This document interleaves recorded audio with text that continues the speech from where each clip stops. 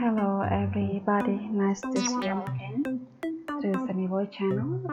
It's quite long not see. Okay, hopefully all of us fine. We try to share something today. Okay, before we start, for you who just joined yet, you are welcome to press subscribe and like, and we can share it later video. Okay, senang ketemu lagi melalui channel Sunny Boy. Bagi kamu yang belum join, silahkan klik subscribe dan like-nya, maka boleh juga di-share kepada teman-teman ya. Semoga semalam kalian sehat, cukup lama tidak ketemu ya. Oke, hari ini kita akan berbagi tentang ini, futuristic senses. Futuristic senses, we say futuristic, future means in bahasa yang akan datang, sense makna, jadi yang kita bisa gunakan untuk dalam konteks yang bermakna untuk menyatakan sesuatu yang ke depan yang akan dilakukan, kira-kira seperti itu ya. Oke, seperti apa nanti yang akan kita lihat. Oke, now we have a futuristic senses. You see, we have a will, be going to, in order to, and so that. Ini semuanya bisa dikatakan untuk akan dilakukan, jadi semua itu maknanya untuk kedepannya. Now we try to say here, kita coba lihat ya, will and be going to itu sama-sama menunjukkan kata akan, jadi bermakna akan, yang artinya akan. Nah, sementara to, in order to, and ini ada ya beda kayak saja ya, tapi tujuannya sama, yaitu mengatakan untuk. Jadi kalau to itu untuk, in order to dengan tujuan untuk, so ya sama ya dalam maknanya. Next, so that artinya supaya, so supaya kita bilang berarti ada ke depan itu apa. Jadi that's why we have over here futuristic senses. Jadi disinilah kita menyatakan makna atau yang ungkapan yang bermakna untuk future ya. Oke. We try to see more than that. Lebih dari itu kemana ini bentuknya di sini. The sentences below, kita lihat sepertinya ya, biar lebih mudah mempelajarinya. The sentences below are talking about the writer's idea and all are related. Jadi kalimat-kalimat di bawah ini sedang menyampaikan tentang ide penulis.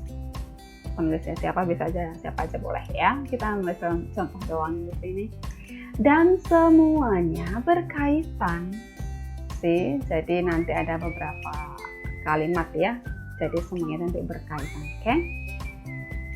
All of them are telling about something which is not happened yet. Jadi semuanya berarti yes, kalimat-kalimatnya yang menyampaikan sesuatu tentang sesuatu ya, menyampaikan tentang sesuatu yang belum terjadi. Okay, ya. Next, try to find the deep senses of each. Jadi usahakanlah untuk menemukan makna yang dalam dari masing-masing kalimatnya. So yang bermakna yang akan datangnya itu seperti apa, yang dikandung dari setiap ungkapan, gitu ya. So ini kita bisa lihat contoh supaya lebih paham. Okay? Number 1. I will try to manage my idea. Saya akan mencoba untuk mengatur, menyusun ide saya. Okay? The second one, yang kedua. She tells me that she is going to help me. Dia memberitahu saya bahwa dia akan menolong saya. You see? So we have will, we have over here we use is because she over here, so we use yes, is as the to be. Jadi kita gunakan to be-nya itu atau be-nya itu dia is karena subjeknya she. Akan. So di sini akannya maknanya sama atau beda? Yes, beda. Di sini kita dalam kalimat yang pertama will-nya just say what you have in your mind. Jadi kita hanya menyampaikan apa dalam pikiran kita, sesimpel itu saja. Saya pengen ini, saya mau itu, saya mau yang ini. Jadi ini hanya ungkapan yang akan kita lakukan dalam pikiran kita yang sifatnya bisa spontan, gitu ya. While the second one, di sini dia menggunakan kata akan. Coba perhatikan di sini pengantarnya. She tells me that she is going to help me. Jadi dia sudah menyampaikan.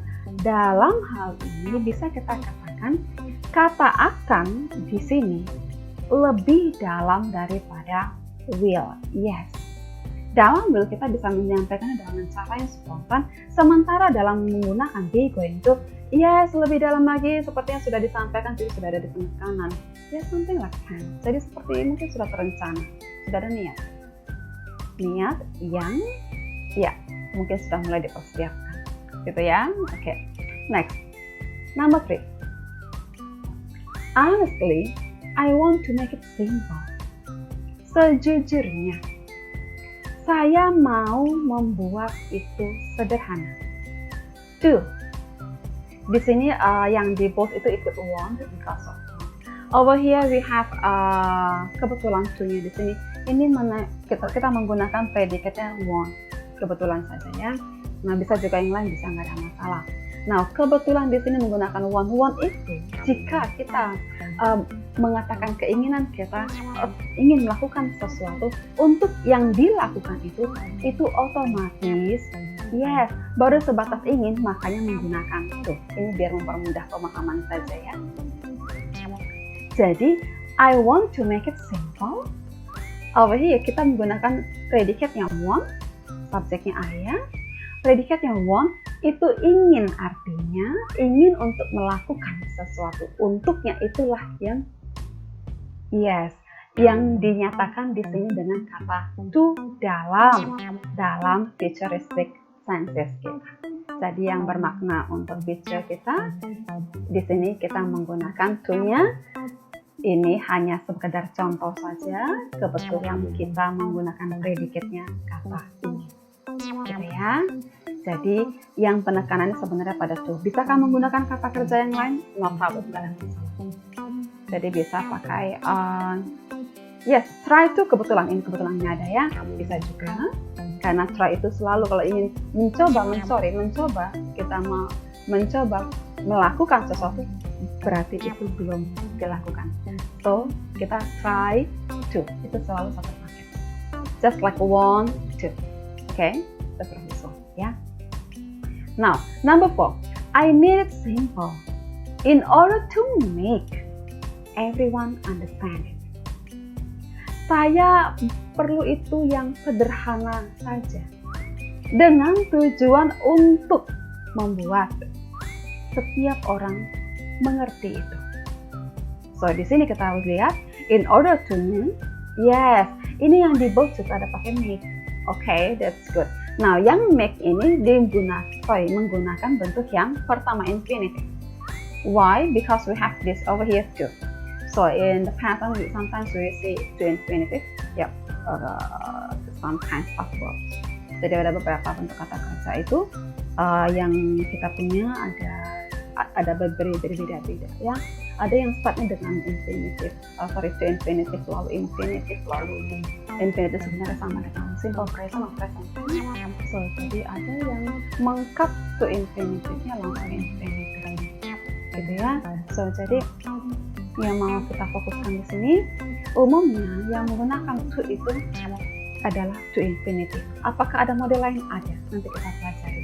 Jadi ini hanya untuk yang bermakna untuk dilakukan, yang bermakna akan dilakukan. Jadi tense untuk yang kegiatan belum dilakukan, gitu ya.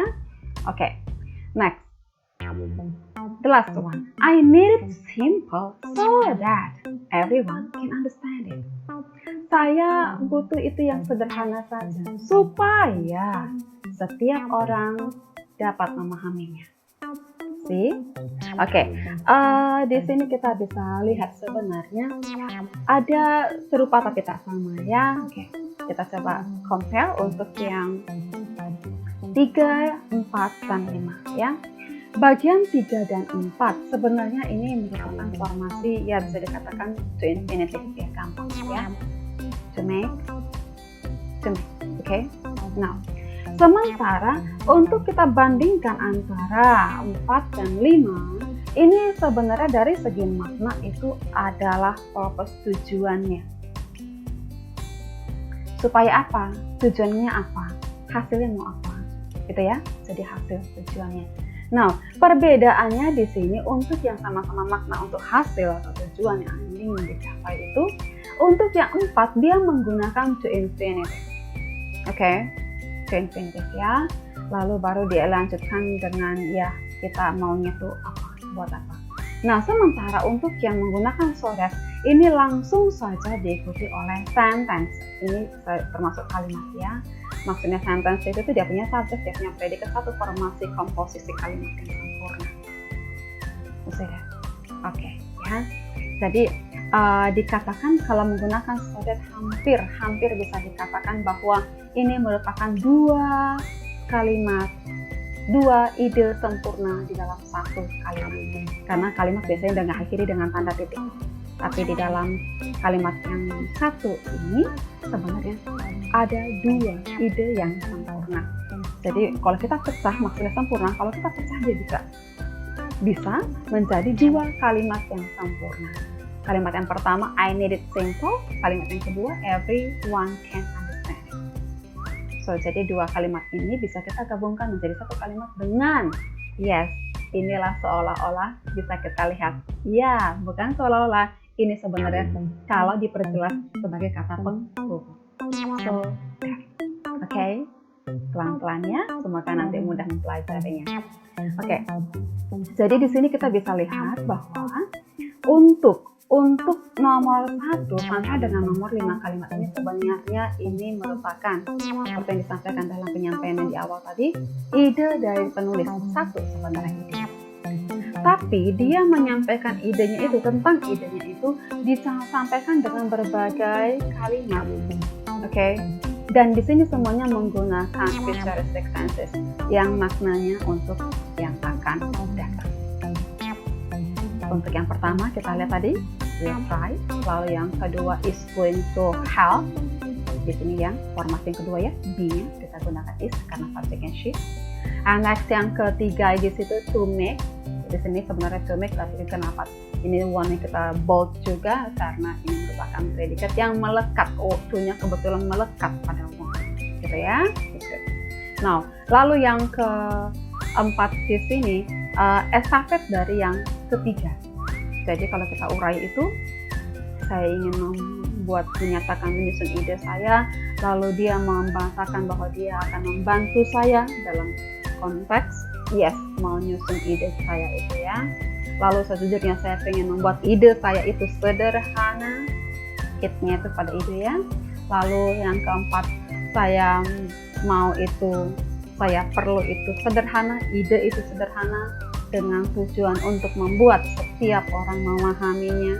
Oke, see that? Oke, yang berikutnya, I need it simple, saya membutuhkan itu atau ide itu sederhana supaya setiap orang dapat memahami. Jadi, kelima kalimat ini disampaikan dengan menggunakan futuristic tenses, tapi dalam setiap tahapannya semakin memperjelas penekanan makna setiap feature itu sendiri. Oke, ya dari kelas yang ringan, spontan, yang mulai terencana, ya dalam formasi yang lain menggunakan to infinitive, lalu ini yang merupakan yes, hasilnya, target yang ingin dicapai itu ada di dalam kalimat yang keempat dan kelima dari satu ide yang sama. Oke, dari topik ide yang sama. Oke, ya, thank you. Semoga tambah paham ya. Di sini kita pemahamannya seperti apa kita. Oke, now we come to yes. Kita coba lihat kedalaman pemahaman kita yang ya. Now write sentences using the future tenses to guide your idea in one point. Sekarang tulislah kalimat menggunakan yes yang bermakna future untuk memandu ide kita dalam satu ide saja. berada di satu titik ide, ya, satu fokus ide. Jadi sama seperti contoh yang tadi, silakan dengan ide yang bebas, sampaikanlah yang ingin kita lakukan mungkin dimulailah dengan yang mudah, dengan cara yang spontan. Lalu sampaikan juga berikutnya untuk ide-ide kita yang menggunakan futuristik yang makna future, makna yang akan datang yang lainnya sesuai dengan contoh kita sebelumnya yang semakin mempertegas makna setiap dari futuristic sciences gitu ya. Nah, ini bisa kamu kerjakan di dalam buku latihan atau nanti boleh aplikasi apa yang digunakan. Oke. Nah, ini sekedar pengingat saja. Futuristic sciences kita ada 5. Will, be going to, in order to, and so on. Nah, itu saja pelajaran kita hari ini yang bisa kita bagi. Semoga semakin menambah wawasan kita, semakin menambah indahnya belajar bahasa Inggris, jadi semakin menyenangkan. Semoga semua semakin lebih baik. Okay, thank you for watching. Thank you for your attention. Thank you. Don't forget to subscribe. See you.